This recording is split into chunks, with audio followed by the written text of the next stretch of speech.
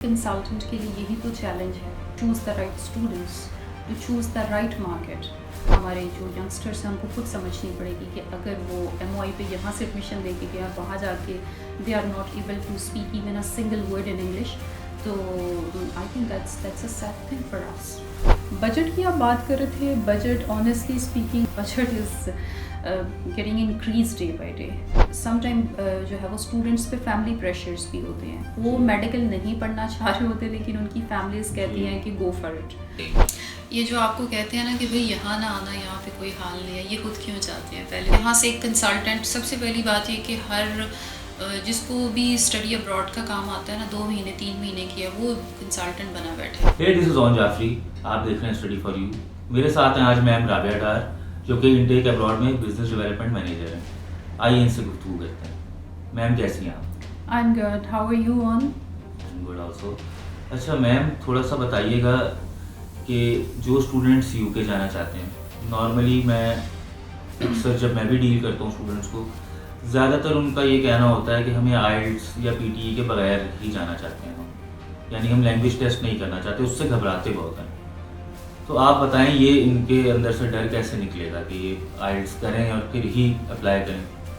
Okay, सबसे पहले तो before giving you any answer I would like to introduce my self that my name is Rabia and I am in the industry, education industry since 2017.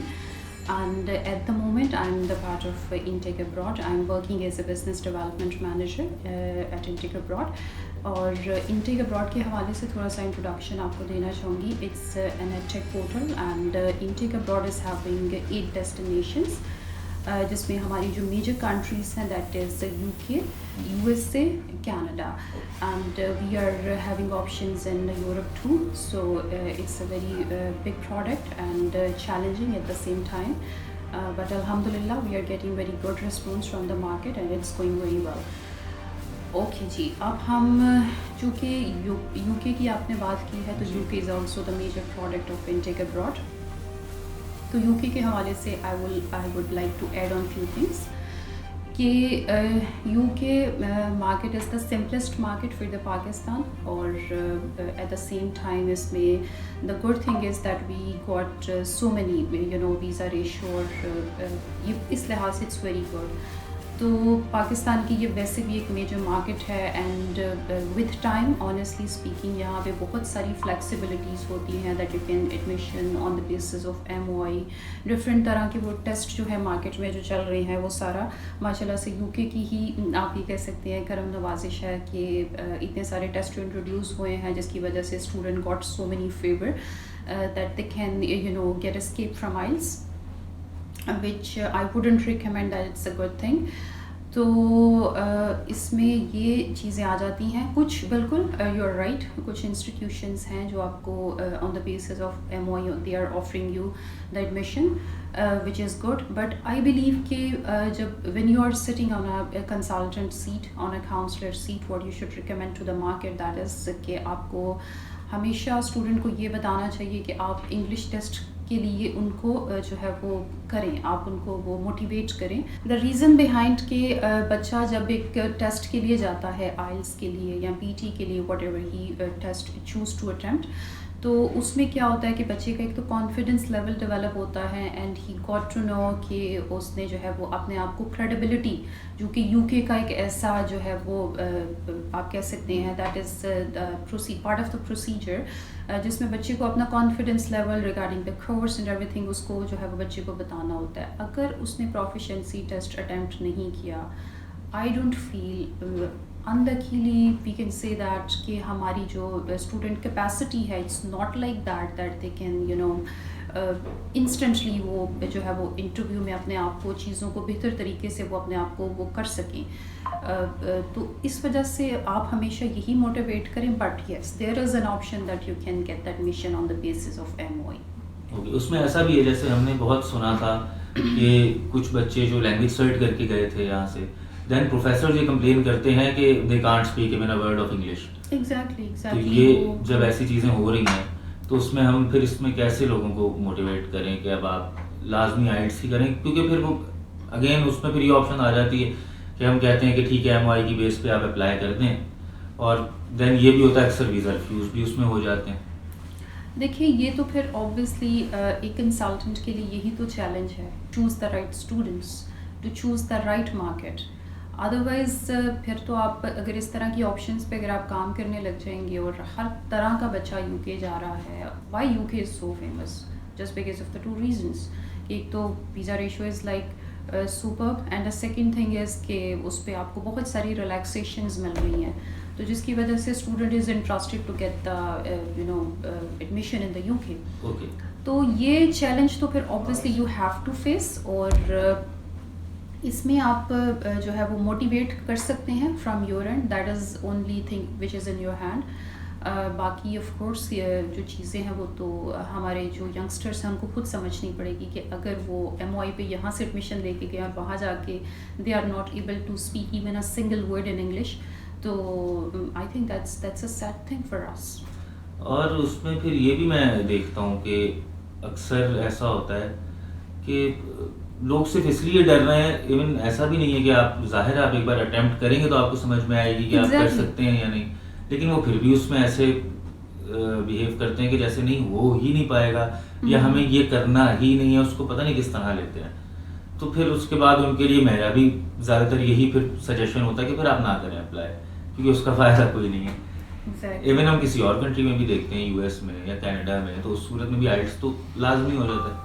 Exactly proficiency तो देखें, eligibility criteria पे हम बात करें तो the first thing is your academic requirement, and the second thing is your English proficiency, because being an international student you have to fulfil these 2 points, और इससे तो हम एस्केप नहीं कर सकते ना, there is no second option. तो motivation जो है वो बहुत इंपॉर्टेंट है on the from the agent side, और बच्चे को ऑब्वियसली अगर हम मोटिवेट करते रहेंगे, time will come that students start feeling that they really need a test to be to get the admission and to be there for being an international student. Okay. अच्छा, इसमें एक और चीज़ ये कि अब जिनके बहुत ज़्यादा गैप होते हैं उनको फिर किस तरह से कवर किया जाए कि वो जैसे अगर कोई स्टूडेंट हमारे पास है जिसका बैचलर्स है बट वो 2010 का है, 2015 का है, उसके बाद अब उसका 9 साल का गैप होगा, Exactly. तो उसके लिए आपके पास ऑप्शंस होंगी कि आप उनको भी करवा सकते हैं, और उसमें कोई वीज़ा रेशो में इशू तो नहीं आता फिर? यूके इज़ द कंट्री जहाँ पे डिपेंड करता है कि जो है वो स्टूडेंट अगर तो मास्टर्स का स्टूडेंट है उसके लिए like 8 to 10 year gap is acceptable, but with the proper justification that what he और she has done in these years. तो उसमें अगर आपके पास प्रॉपर एक्सपीरियंस लेटर्स हैं, चीज़ें आपके पास हैं, if you have the valid proofs that will definitely work, तो वो बिल्कुल आप कर सकते हैं।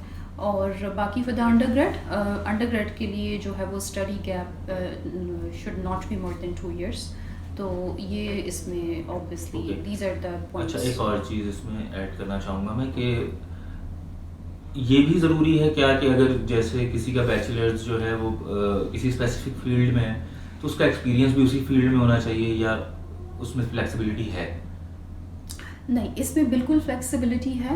लेट्स से कि अगर बच्चे ने कोई ऐसा कोर्स पढ़ा है और उसके बाद वो फर्दर मास्टर्स के लिए उसको नहीं करना चाह रहा, तो उसमें क्या होता है कि बच्चे ने फिर बैचलर्स कर लिया, उसके बाद उसके पास 4 to 5 years का डिफरेंट एक्सपीरियंस है, और वो उस एक्सपीरियंस के साथ ही wants to proceed for the masters degree, तो that is completely fine. Even in Australia भी ये वाली कंडीशन जो है इट डज वर्क, तो yes we can do that. यानी हम ऐसा ज़रूरी नहीं है कि अगर कोई इंजीनियरिंग बैकग्राउंड से है तो फिर उसकी जॉब्स भी सारी उसी में हो तो ही काम करेंगी? देखिए वैसे तो अगर देखा जाए, स्पेसिफिकली देखा जाए, तो आपने जो प्रीवियसली पढ़ा वही आपका प्रोग्रेशन भी होना चाहिए, बट इन एनी केस कि आपकी समटाइम जो है वो स्टूडेंट्स पे फैमिली प्रेशर्स भी होते हैं, वो मेडिकल नहीं पढ़ना चाह रहे होते लेकिन उनकी फैमिलीज कहती हैं कि गो फॉर इट, तो वो प्रेशराइज वाली सिचुएशन होती है, तो उसके लिए उनको वो कोर्सेज करने पड़ते हैं। हो सकता है वो स्टूडेंट किसी मार्केटिंग में या किसी मैनेजमेंट के कोर्स में, might be some other course, तो वो उसमें इंटरेस्टेड हो। चलो उसने बैचलर्स तो कर लिया घर वालों के प्रेशर में आके, अब he is like that much dependent कि he can take his decision by his own, तो उसमें अब वो क्या कर रहा है कि भाई उसने कोई जॉब ऐसी ढूंढ ली and he settle in that and he is working tremendously, तो उसमें ये होगा कि वो definitely he does have a proper justification कि भाई मैंने पढ़ा तो ठीक है, that was my previous degree, but later on I do have the experience of 4 to 5 years and in this particular field, तो उसमें मुझे आप जो है वो एडमिशन दें एंड डेफिनेटली ही और she can get the admission. Okay. और अच्छा, इसमें फिर अब एक चीज़ बहुत कॉमन जो प्रॉब्लम स्टूडेंट को फेस करनी पड़ती है वो है यूके का बजट।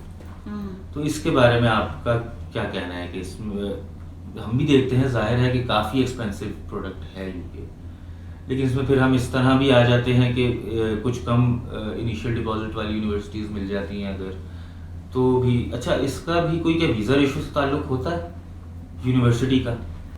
यूके की अगर मैं बात करूं तो नहीं होता, Okay. राइट। इसमें UK is a different market, लेकिन अगर कनाडा हो, ठीक है, यूएस हो, ठीक है, तो उसमें इट डज मैटर। अच्छा, यानी यूनिवर्सिटी का मैटर करता है। Yup it does matter. और यूके में ऐसा issue नो, नहीं है? UK is a different market और उसमें ये चीज़ें मैटर नहीं करती। बजट की आप बात कर रहे थे, बजट ऑनेस्टली स्पीकिंग अब इस बारे में तो बात कोई भी मेरे ख्याल से क्या बात कर सकते हैं हम, because budget is getting increase day by day. तो वो अब तो यही है कि इसी वजह से स्टूडेंट जो है वो डिफरेंट डेस्टिनेशंस की तरफ मूव कर रहे हैं।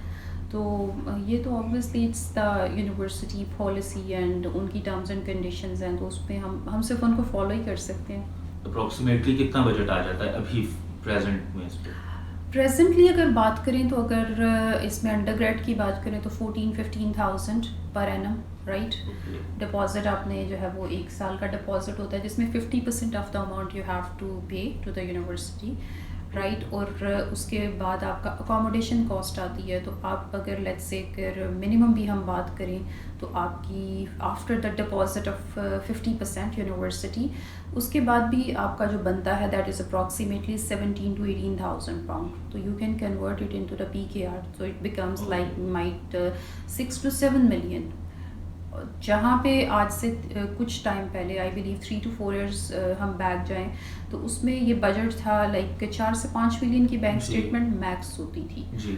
तो माशाल्लाह से हमारी करेंसी बहुत जल्दी नीचे जा रही है, तो ये वो अच्छा, रीजंस भी हैं। इसमें थोड़ा सा मैं फ्रैंक होके बात करता हूँ, तो उनको क्या कहना चाहेंगी कि जो बैंक स्टेटमेंट्स किसी सोर्स के थ्रू बनवाते हैं, इलीगल बैंक स्टेटमेंट्स जो होती हैं सारी हम देखते हैं अक्सर, उनके बारे में आप क्या कहेंगे? उनका एक तो क्या वीज़ा रेशो पे भी कोई असर पड़ता है, दूसरा क्या ये चीज़ें वेरीफाई होती हैं? बिल्कुल जी, वेरीफाई आई थिंक सब कुछ ही होता है, और इस के बारे में मैं कुछ इतना I don't want to you know say anything on that, because ये अब हर किसी के पर्सनल मैटर्स भी होते हैं, तो इस पे हम इतना उस तरह से बात तो नहीं कर सकते। बट यस, अगर आप एक चीज़ के लिए कोशिश कर रहे हैं किसी भी डेस्टिनेशन के लिए, इट्स फॉर द स्टूडेंट्स की, तो आप फिर वहाँ जाके पढ़ें। बहुत सारे बच्चे वहाँ पे जाने के बाद they are there and after that they are not there in the universities unfortunately. So ये हमारा बहुत बड़ा ड्रॉबैक है जिसकी वजह से इंटरनेशनली हम देखें कहाँ खड़े हैं। लाइक इंडिया पाकिस्तान एक साथ ही आज़ाद हुआ था ना, उनकी करेंसी देखिए और हमारी देखिए, हम माशाल्लाह किसी और सिमत में तरक्की कर रहे हैं। अच्छा, ये शायद अब पता नहीं होता हो कि ना होता हो, लेकिन पहले ये बहुत सुनने में आता था कि यहाँ से किसी अच्छी यूनिवर्सिटी में एडमिशन लेके और उसके बाद वहाँ जाके वो कुछ छोटे छोटे कॉलेजेस जो बने हुए होते हैं घरों में, उनमें एडमिशन लेके वहाँ से ड्रॉप आउट हो जाते हैं और वहाँ एडमिशन लेके और फिर उनसे लेटर लेके और वहाँ पे रह रहे होते हैं। तो अब भी क्या ये हो रहा है यार? नहीं, अब ऐसे यूके में तो इतना नहीं हो रहा, they are like so much on the track at the moment, और काफ़ी सारी चीज़ें उन्होंने जो है वो properly everyone knows about it, rules and regulations clear हैं, ठीक है, फॉर एवरी मार्केट। तो अभी हर ये चीज़ें तो प्रैक्टिस नहीं हो रही, आपसे वो डिपॉजिट 50% लेते हैं। अब आप कवेंट्री का देख लें, मतलब they are taking you know year 1 cost in advance, तो इट्स लाइक अ थिंग कि वो भी हमारी अब चीज़ों को प्रॉब्लम्स को, जब बच्चे वहाँ पे जाते हैं एंड दे डू मैस, तो उसके बाद फिर they got an idea how to deal with them. तो अब उनको चीज़ें समझ आ रही हैं and they are quite clear about us. तो अब तो है ऐसी चीज़ें नहीं हैं, things process is crystal clear in front of everybody, तो the condition is different now. अच्छा मैम, हमने कुछ अर्सा पहले तक एक और चीज़ भी देखी थी कि यूके में ना स्पाउस वीज़ा बहुत ज़्यादा लगे। मेरे बहुत से दोस्त हैं जिनकी कंपनीज़ हैं, वो आई थिंक मैं देखता था स्टेटस उनके भी कि बहुत वीज़ा लग रहे थे, स्पाउस के ख़ास तौर पे बहुत वीज़ा यूके दे रहा था। तो और अब हम सुन रहे हैं तो अचानक से हमने देखा है कि बिल्कुल ही वीज़ा बंद हो गए स्पाउस वाले। तो ये अब क्या प्रॉब्लम शुरू हुई? जी बिल्कुल ऐसे ही है। स्पाउस के जो वीज़ास हैं, back in 2023 that was the last year for the spouse cases, जिसकी वजह से दिसंबर तक देयर वर एप्लीकेशंस कि भाई स्पाउस जो है वो करना है और अभी कर दें इसी साल में, बिकॉज इसके बाद 2024 would not be for the spouse cases. तो मतलब उसका जो नंबर ऑफ एप्लीकेशन था for the UK, it was like I can't say it's double, it's more than double. तो बिल्कुल उन्होंने बंद कर दिए हैं स्पाउस वीज़ास। और अब आई बिलीव रिसर्च के कुछ कोर्सेज हैं जिनके साथ you can get the spouse visa. बाकी आपका अंडर ग्रेड मास्टर्स दोनों के लिए यू कांट अप्लाई। तो ये भी ऑब्वियसली एक ऐसा पॉइंट है for the UK that student is not happy, because spouse के लिए जो है वो यूके वाज द डेस्टिनेशन जिसमें जो है वो स्टूडेंट्स ज़्यादा इसलिए भी अप्लाई करते थे that they can apply via spouse visa. तो अब ये भी एक ऐसी चीज़ है जिसकी वजह से नंबर ऑफ़ स्टूडेंट जो है वो यूके में वी कैन से दैट कि जो है वो एज़ कम्पेयर टू बिफोर कम हो सकता है। बट द पॉइंट इज़ कि यूके का जो वीज़ा रेशो है for the Pakistani student as compare to other destination is like 95%। तो ये एक ऐसा पॉइंट है जिसकी वजह से फिर हर स्टूडेंट, अगर उसका कनाडा से रिफ्यूज़ हो रहा है, अगर उसका यूएस से रिफ्यूज़ हो रहा है, ठीक है, अच्छा क्वालिटी स्टूडेंट है, तो वो फिर उसके लिए यूके एक ऑप्शन बचती है। तो दैट्स द थिंग कि यूके मार्केट जो है वो हमेशा I believe till the time if they are granting the visas, तो ये market is going to be in the Pakistan. तो दैट्स द थिंग। अच्छा, अभी आपने बताया तो अच्छा, हम अक्सर सुनते हैं कि कहीं किसी और कंट्री से अगर रिफ्यूज़ हुए हैं तो उसके बाद कहीं और अप्लाई नहीं हो सकता या वीज़ा नहीं लगता। ये भी स्टूडेंट्स को बहुत ज़्यादा कन्फ्यूजन है। तो आप कह रही हैं कि अगर कहीं मतलब कनाडा से अगर रिफ्यूज़ है स्टूडेंट या यूएस से रिफ्यूज़ हो गया तो वो अफेक्ट तो नहीं करेगा यूके के लिए उसको? देखिए, it's a study visa basically, it's जी। नॉट द वीज़ा कि जिसके लिए आपको for the life time this said you के you can't apply for any country. ठीक है, you can take the even the second chance in the same country. ये भी एक ऐसा पॉइंट है जिस पे अक्सर लोग ये कहते हैं कि नहीं भाई कनाडा से एक दफ़ा रिफ्यूज़ हो गया तो you shouldn't apply for the second time. No, it कहीं पे भी ये चीज़ नहीं mention that you can't apply, you can reapply. Even जो रिजेक्शन लेटर होता है उसके नीचे भी लिखा होता है if you wish to reapply you can definitely reapply. Okay. तो same goes for the other destination too. अगर आपका किसी, हाँ, एक बॉडी है that is I believe 5i if I am not wrong, उनका डाटा शेयरिंग होती है आपस में, उसमें यूके, कनाडा, यूएस, ठीक है, न्यूजीलैंड, ये सारी कंट्रीज़ आती हैं। बट स्टूडेंट वीज़ा है ना, तो अंडर ग्रेड का स्टूडेंट है, मास्टर्स का स्टूडेंट है, and they want to get the international exposure and वो इंटरनेशनल स्टडीज़ करना चाहते हैं, तो उनको आई बिलीव चांस तो मिलना चाहिए। यूके इस सेंस में is very very good option because they don't deny to any student on the basis of like if the student is meeting the eligibility criteria, cash points, तो वो आपको reject नहीं करते। देखिए, वो सेटलमेंट होना ना होना ये तो बात की बात है ना, but at least they provide you an opportunity to be there to get the foreign education. तो that's the thing I believe, वो बिल्कुल आप कर सकते हैं, आप कहीं पे भी अप्लाई कर सकते हैं। हाँ, आपके मल्टीपल रिजेक्शंस नहीं होने चाहिए बिकॉज इन दिस वे आपकी प्रोफाइल वीक हो जाती है, but apart from it you are good to go. Okay. अच्छा, अपॉर्चुनिटीज़ से ही मुझे याद आया कि जॉब अपॉर्चुनिटीज़ कैसी हैं यूके में। अभी हम सुन रहे हैं आजकल, आप किसी से भी अगर पूछें ना यूके में, इवन अक्सर हम देखते हैं स्टूडेंट्स अगर किसी यूके के स्टूडेंट से पूछते हैं कि यार मैं वहाँ हूँ, तो वो यही कहता है कि भाई यहाँ मत आना, यहाँ तो कोई हाल नहीं है, यहाँ तो बहुत बुरा हाल है, इससे अच्छा है वहीं रह लो। तो उसमें आप क्या इस बारे में कहेंगे? ये जो आपको कहते हैं ना कि भाई यहाँ ना आना, यहाँ पे कोई हाल नहीं है, ये खुद क्यों चाहते हैं? पहले तो आप हाँ, ये भी एक सवाल है। That's the point. पहले तो इसका जवाब हमें तलाश करना पड़ेगा। और दूसरी चीज़ ये कि बिल्कुल देखें, जॉब अपॉर्चुनिटीज़ हर जगह पे होती हैं, you only need to explore the opportunity. Job कभी भी मेरे या आपके पास खुद चल के नहीं आएगी, you have to find it out. और अगर आपको ये लग रहा है कि अब हम तो यूके आ गए हैं भाई, अब तो सारी चीज़ें हमारी बिल्कुल ऑटोमेटिकली ऑटो मोड पे लग जानी चाहिए, है ना, खुद ही सब कुछ मिल जाए, जॉब भी मिल जाए, बाकी चीज़ें भी खुद भी हमारी, ये just knock the gate that we are here to help you. तो वो नहीं होने वाला, तो वो you have to find it out. अगर आप तलाश करेंगे, हार्ड वर्क करेंगे, options are always there for you. अच्छा, इसमें ये भी है कि क्या ये लाजमी है कि कोई भी अगर आप स्टडी वीज़ा पे गए हैं तो आपको ऑड जॉब्स ही मिलेंगी? इनिशियली तो डेफिनेटली राइट। Okay.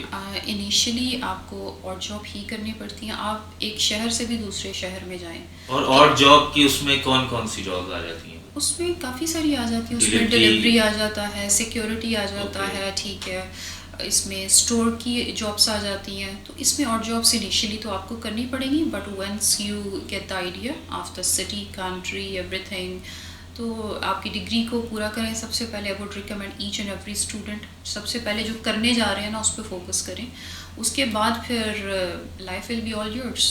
वो ये भी तो प्रॉब्लम है ना कि वो करने भी तो ये नहीं जा रहे ना। हाँ ये भी तो एक मसला है। ऐसे हाँ, वो पढ़ने तो नहीं जा रहे ना, वो तो बल्कि अक्सर तो स्टूडेंट्स में देखता हूँ वो बड़े ना धड़ल्ले से कह देते हैं कि देखें जी हमें पढ़ना वढ़ना नहीं है, हमें सिर्फ भेज दें। तो ना कराए ना ऐसे बच्चों के अब ये भी एडमिशंस मसला पे। है। हाँ, फिर ये भी तो देखे ना कि बिकॉज यही वो स्टूडेंट है जिन्होंने हमें इंटरनेशनल मार्केट में हमें वो करना है, ठीक है। जी। तो ये क्या प्रेजेंट कर रहे हैं हमें वहाँ पे जाने के बाद। बिल्कुल। हाँ, तो ये तो हमारा ऑब्वियसली, आप वो कहते हैं ना आप अपनी रेपुटेशन खुद ही ख़राब कर रहे हैं, तो they are doing the same thing.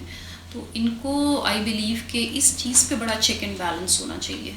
यहाँ से एक कंसल्टेंट, सबसे पहली बात ये कि हर जिसको भी स्टडी अब्रॉड का काम आता है ना, 2 महीने 3 महीने की है, वो कंसल्टेंट बना बैठे, बने कंसल्टेंट, कोई ऐसा मसला ये भी नहीं मेरे है। जहन में एक सवाल आया था कि हाउ टू जज, ये आप मैं चाहूँगा स्टूडेंट्स को बताएं बेसिकली, कि उनको गाइड थोड़ा सा करें कि वो जब किसी कंसल्टेंट के पास जाते हैं तो उनको वहाँ पे वो किस तरह जज करें कि he is a good consultant और नॉट, या वो सिर्फ बातें ही कर रहा है, या वो कुछ कर भी सकता है, अच्छा काम करेगा या नहीं, ये वो कैसे जज कर सकता है एक स्टूडेंट?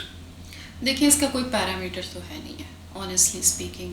Okay. आजकल माशाल्लाह हमारी जनरेशन इतनी तेज़ है, सोशल मीडिया ने हमें इतना एक्टिव भी नहीं, मैं कहूँगी प्रोएक्टिव कर दिया है कि हर चीज़ तो हमारे फ़ोन पे मौजूद है ना, हमें कहीं दूसरी जगह तो जाने की ज़रूरत। जब हम माशाल्लाह से इतने इंटेलिजेंट हैं, हर चीज़ हम सोशल मीडिया से सीख के प्रैक्टिस कर रहे होते हैं, तो हमें ये वाली जो सेंसेस है ना टू आइडेंटिफाई द पर्सन, ये भी बिल्डअप करनी चाहिए। और obviously when you communicate with somebody तो you can get an idea that how the person is. तो ये आपको पता चल जाता है उसके काम से, उसके ऑफिस से एक वाइब आ जाती है आपको, आई बिलीव कि इसका काम किस लेवल का है। एंड हमेशा कंसल्टेंट ही मुझे ऐसा लगता है कि गलत नहीं होता, student most of the time गलत होता है। कंसल्टेंट तो देखिए he is here to help you, वो आपकी मदद कर रहा है, वो आपको चीज़ें बता रहा है। अब आप ही एक काम करने के लिए यू आर नॉट विलिंग, तो how the person can convince you. Consultant तो देखिए they are mature people, they are professional people, वो तो आपकी मदद कर रहे हैं। मुझे ऐसा लगता है कि इस केस में बच्चा जो है वो कॉन्फ्लिक्ट में होता है, वो he is not clear about the concepts, उसको शॉर्टकट पे वो बहुत ज़्यादा बिलीव कर रहा होता है यंगस्टर आजकल का। तो बच्चा यहाँ पे आई बिलीव उसको जो है वो एक मेंटोरशिप की ज़रूरत है पाकिस्तान में। उसको पता होना चाहिए कि उसने अपनी लाइफ में करना क्या है, और करना तो ठीक है, उसका वे आउट क्या है, उसको एग्जीक्यूशन में आपने कैसे लेके आना है, हमें ये भी नहीं पता अनफॉर्चुनेटली। चलो जिसकी तो थोड़ी अक्ल समझ होती है वो तो कर लेता है, but most of the student are like वो बस फलाना कज़न गया तो चलो जी मैं भी जा रहा हूँ, तो बस हम इन्हीं चक्रों में पड़े हुए हैं और हम बिल्कुल रिसर्च नहीं करते। बिल्कुल लेट्स से आपके पास कोई बच्चा आया ना, उसको कंसल्टेंट ने कहा ना कि ये कोर्स है, ये उसने कहना ठीक है जी, उसने घर जाके क्या उस चीज़ को स्टडी किया है, क्या उसने ब्राउजिंग की है, did he try to find out what the opportunity exactly is for him? नहीं करता हो, तो गलत कौन है इस सिचुएशन में? स्टूडेंट गलत है। तो उसको आई बिलीव अपने केस पे उस लेवल पे अंगेज होने की ज़रूरत है जिस लेवल पे आपका कंसल्टेंट है। So that's the point which we need to understand, I believe कि स्टूडेंट खुद इस चीज़ को, पॉइंट्स को समझे कि कौन सी डेस्टिनेशन उसके लिए उसको करनी चाहिए, ठीक है, मार्केट कैपेसिटी क्या है, ठीक है, जो डिग्री वो करने जा रहा है उसका आउटकम क्या है उसके लिए। ऑब्वियसली उसने चीज़ें करनी है फ्यूचर में सब कुछ, तो उसको ये चीज़ें जो है ना वो लर्न करने की और एक्सपोजर का पॉजिटिव वे में जो है वो उसको लेके चलने की ज़रूरत है। लेकिन वो बात फिर वहीं आ गई ना कि वो शायद इसीलिए इंटरेस्ट नहीं लेते क्योंकि उनका मेन मकसद ही ये नहीं है कि पढ़ने जाना है। हाँ एग्जैक्टली। अगेन वही बात आ रही थी, बस उनका ये होता है कि आप हमें भेज दें किसी भी तरह, कंसल्टेंट इसमें जो भी फिर आगे रास्ता देखता है वो उनको बता देता है। इसमें आप कंसल्टेंट्स को क्या वैसे कहना चाहेंगी जो नए कंसल्टेंट बनना चाहते हैं, जो फील्ड में आना चाहते हैं? क्योंकि मैं ये भी देख रहा हूँ कि बहुत ज़्यादा बदनाम फील्ड भी है, ठीक है। अब वो एजेंट्स ने भी बनाई है कुछ, ठीक है। फिर उसमें आई थिंक बहुत सा ये भी होता है कि अक्सर जिस स्टूडेंट का भी वीज़ा रिफ्यूज़ होगा वो यही कहेगा कि जी ये कंसल्टेंट जो है ना ये 2 नंबर था, इस वजह से मेरा वीज़ा रिफ्यूज़ हो गया। तो इसको कैसे फिर टैकल करते हैं ऐसे केसेस? अच्छा, बिल्कुल। कंसल्टेंट्स को सारी चीज़ों का आइडिया तो होता है। देखो, जो मार्केट अपडेट्स होती हैं वो कंसल्टेंट को पता होती हैं कि कौन सी मार्केट इस वक्त अच्छी चल रही है और किस में अगर आप एप्लीकेशन लगाएंगे तो you can get the good response. तो कंसल्टेंट बस मुझे ये लगता है कि ये रोल प्ले कर सकता है कि वो उसको गुड साइड बैड साइड दोनों चीज़ें बताए। Then after that it's up to the student, वो किस चीज़ को पिक करना चाहता है। There is always a good side, there is always a bad side, ठीक है। तो जिस चीज़ को, जिस सिचुएशन को स्टूडेंट अब पिक करना चाहता है उसमें कंसल्टेंट भी आई बिलीव हेल्पलेस है ना। अगर वो कहता है कि भाई मुझे आप एमओई पे करा के दें तो वो फिर क्या करेगा? या तो वो अपना क्लाइंट लूज़ कर देगा, उसके पास 2 ही अपॉर्चुनिटीज़ है, क्लाइंट लूज़ कर देगा ऑन द अदर हैंड, या फिर उसको वो जो है वो करके फिक्स करके and he will do on the basis of whatever he wants to do. तो इसमें यही है कि अवेयरनेस पैदा होना बहुत ज़रूरी है। और मैं इस तरह के प्रमोशंस को बड़ा जो है वो कहती हूँ कि डिसएग्री करती हूँ ऐसी प्रमोशंस के साथ जिसमें हर जगह पे आपने ये लिखा हुआ admission is with MOI, no IELTS requirement, fee after visa. मतलब इसको आप की सेलिंग पॉइंट्स बना के बेच रहे हैं मार्केट में। वाई? ये तो बहुत ज़्यादा देखने को मिलता है। मतलब आप ये क्यों कर रहे हैं? मतलब इतना ज़्यादा आप एक जो प्रोसीजर है उसको फॉलो करें। जो प्रूफ टेस्ट है इंटरनेशनली, ठीक है, आइल्स है, पीटी है, ठीक है, आप इन टेस्ट को प्रमोट करें। आप बच्चे के अंदर वो स्ट्रगल वाला एफर्ट तो डालें। उसको आप प्लेट में सजा के अभी से देना शुरू कर देंगे ना तो वो तो फिर यही कहेगा जी उधर जाके पढ़ भी मेरा एजेंट ही। लेकिन फिर अगेन वही बात भी तो आ जाती है ना कि फिर कंसल्टेंट अपना घर कैसे चलाएगा अगेन? नहीं जी, ऐसी बात नहीं है। मैं तो इस पॉइंट से बिल्कुल भी एग्री नहीं करती। There is always a good scope of student, I believe. ये चीज़ें तब से ही प्रैक्टिस होना शुरू हुई हैं जब से हमने इन चीज़ों को की सेलिंग पॉइंट बना के बेचना शुरू किया है, राइट? ओके। तो वो जो बड़े बड़े हमें एड्स नजर आते हैं, स्टडी इन यूके विदाउट आइल्स, हाँ जी, और ये वाला, हाँ जी, ठीक है। तो वो ये तो ऐसी चीज़ें हैं कि इसको हम कितना प्रमोट कर लेंगे। अब देखिए यूके ने कितने टेस्ट इंट्रोड्यूस करवा दिए हैं, टॉफल, ऑक्सफोर्ड टेस्ट और लिंगो। यूनिवर्सिटीज़ क्या करती हैं, इन चीज़ों को प्रैक्टिस करती हैं। जब उनको रिजल्ट्स मिलते हैं ना वहाँ पे जाने के बाद कि बच्चे की तो अंग्रेज़ी माशाल्लाह से सुभान अल्लाह है, तो अब इसका क्या हल किया जाए, तो वो खुद अपनी जो पॉलिसीज़ होती हैं उसको दोबारा से चेंज कर देती हैं। तो आप एक, because we are the local, तो हमें आइडिया है कि हाउ आर स्टूडेंट इज़, हमने इसको किस तरह से ट्रीट करना है, इसको किस तरह से प्रिपेयर करना है। बेसिकली मैं ऑनेस्टली आपको एक सिंपल वर्ड्स में बताऊँ ना, ये जो प्रोसीजर होता है स्टडी अब्रॉड का, 3 months का 4 months का टोटल प्रोसेस है फॉर एनी कंट्री। अगर हम बात करें, it's the process of preparing a student for the different country, different market और डिफरेंट कल्चर। तो इसके लिए बच्चे को आप हमेशा ये पुश करें कि पुट योर एफर्ट्स, अपने आप को इस चीज़ के लिए प्रिपेयर करो कि आगे चल के आपने डिफरेंट लोगों के साथ मूव करना है, एक डिफरेंट इंटरनेशनल एक्सपोजर लेना है, तो इसके लिए you have to be prepare. आपको प्रोएक्टिव लेवल पे लेके आए बच्चे को, ये नहीं कि आप चलें जी ना करें आइल्स, आपका ऐसे ही करा देते हैं। हाँ, ये खैर बहुत ज़्यादा है क्योंकि हम मार्केट देखते हैं तो उसमें तो बहुत ज़्यादा हमें नज़र आता है। इवन अक्सर ऐसा भी होता है, स्टूडेंट्स आते हैं और फिर वो आके ये बोलते हैं कि जी आप क्यों नहीं करा रहे, फलाना जो है हम उसके ऑफिस गए थे और उसने तो हमें ये ऑप्शन दिखाई है कि जी ये भी हो जाएगा। फिर उसमें हम और भी चीज़ें देखते हैं, जैसे लैंग्वेज सर्ट की बात करें अगर हम, मेरा ख्याल है आप कंफर्टेबल होंगे अगर हम इस पर बात कर लें थोड़ी सी, कि जो कहते हैं कि जी 3 मॉड्यूल्स जो हैं वो पास करवा देंगे और स्पीकिंग सिर्फ आपको करना होगा।